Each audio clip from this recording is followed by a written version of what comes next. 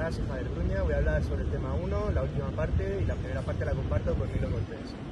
Hola, soy Marcos Moreno y voy a grabar el tema 2 junto a mi compañero. Hola, soy Alejandro Prado y voy a grabar el tema 2 junto a Marcos. Hola, soy Jorge Fabián y yo voy a grabar el tema 3 completo. Hola, yo soy Tomás y por último yo voy a hacer el tema 4 completo también.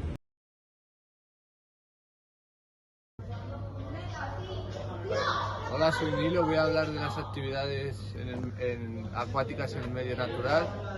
Voy a hablar sobre las actividades en medios estables y en medios inestables.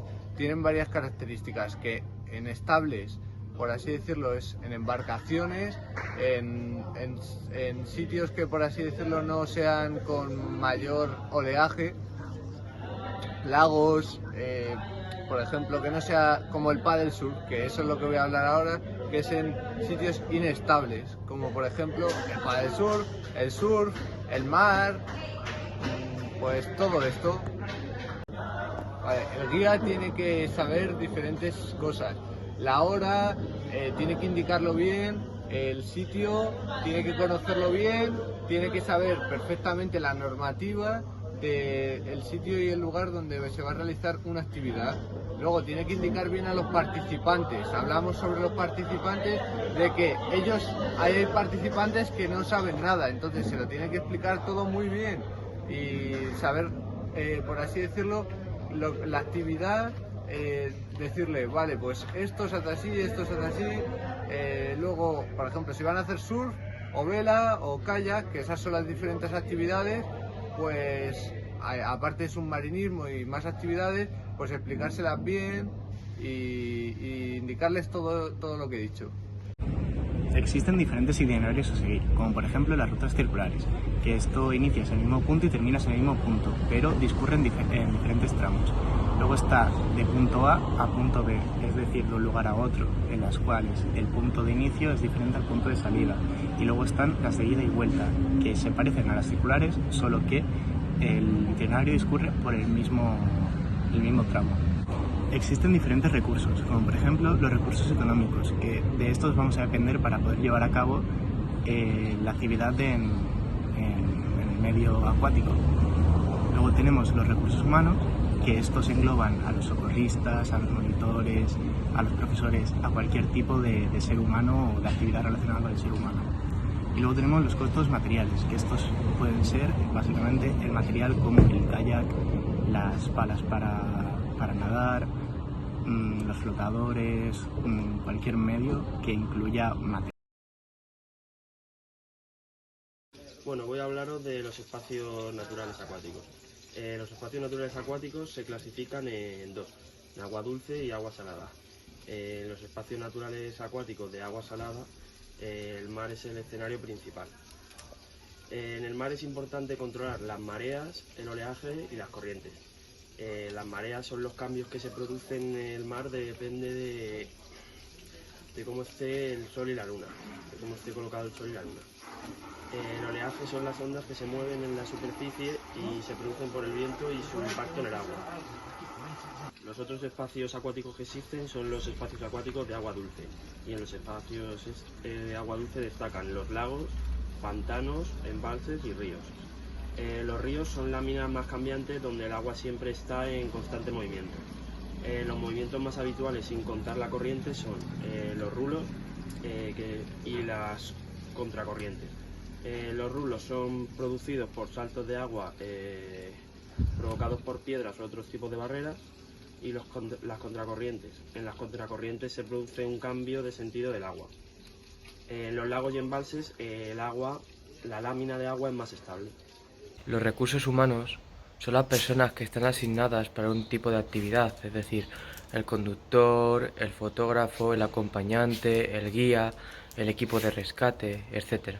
Recurso material es aquel material que vamos a utilizar para poder realizar dicha actividad, es decir, una embarcación, palas, remos, casco, chaleco, botiquín, teléfono móvil, etc. También es importante saber que para llevar las embarcaciones o los materiales que vamos a utilizar para una actividad, si queremos realizarla en otro lugar, tendremos que llevar un remolque homologado o un vehículo que sea capaz de poder transportar todo ese material, ya que llevaremos embarcaciones que a lo mejor en un vehículo normal o en un remolque normal no serían aceptados. Las embarcaciones deberán ir en un remolque que será homologado y durante toda la ruta deberán estar señalizados en todo momento. Las palas pueden estar metidas o en el remolque, depende de si caben o metidas en la furgoneta. Y por último, los chalecos y todo lo que es más pequeño puede ir bien organizado en la furgoneta. Los servicios complementarios son aquellos que completan una actividad en el medio natural acuático, y estos se pueden clasificar en 3 tipos: recreativo o de ocio, de rescate o emergencias, o alimentarios. Las primeras son las asociadas con esta actividad, ya sea hacer un espectáculo, un concierto o una actividad también relacionada con este tipo de actividades. La segunda se utiliza cuando hay un riesgo más elevado en la actividad y pueden dar soporte desde el agua o desde una orilla. Y por último, los últimos son los que dan servicios de comida. Muy buenas chicos, os voy a explicar el tema 3 que trata sobre los recursos materiales para rutas en el medio natural acuático. Os voy a explicar los tipos de embarcaciones que tenemos. Tenemos 5. Vamos a empezar con las tablas, que las debemos usar en el surfing, bodyboard, las balsas neumáticas, las embarcaciones de vela, el kayak con las canoas y las embarcaciones a motor, como por ejemplo las motos de agua. Características e idoneidad para cada tipo de actividad. Hay que tener en cuenta una serie de características como son la longitud, la anchura, la flexibilidad y el volumen, el peso, el material de fabricación, la funcionalidad de los accesorios y otros datos de interés como son la fecha de fabricación, el estado de la embarcación, etc. Almacenamiento y transporte de embarcaciones. Es algo que hay que tener en función del tipo de material que utilicemos, del espacio y la infraestructura que dispongamos. En cuanto al transporte de embarcaciones, dependerá del tipo de infraestructuras que se dispongan, de las dimensiones y del peso de las embarcaciones.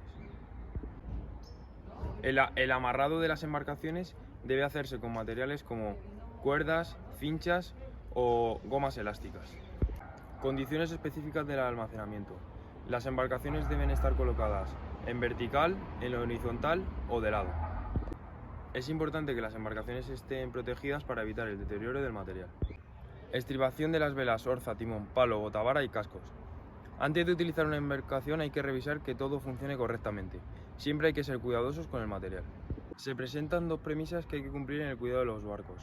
La embarcación debe quedar seca y adherida en un lugar adecuado y el resto de los componentes deben quedar perfectamente colocados y en buen estado. Material de los participantes. Antes de iniciar una actividad hay que equipar a los participantes. Hay que estar preparado y revisar el material previamente.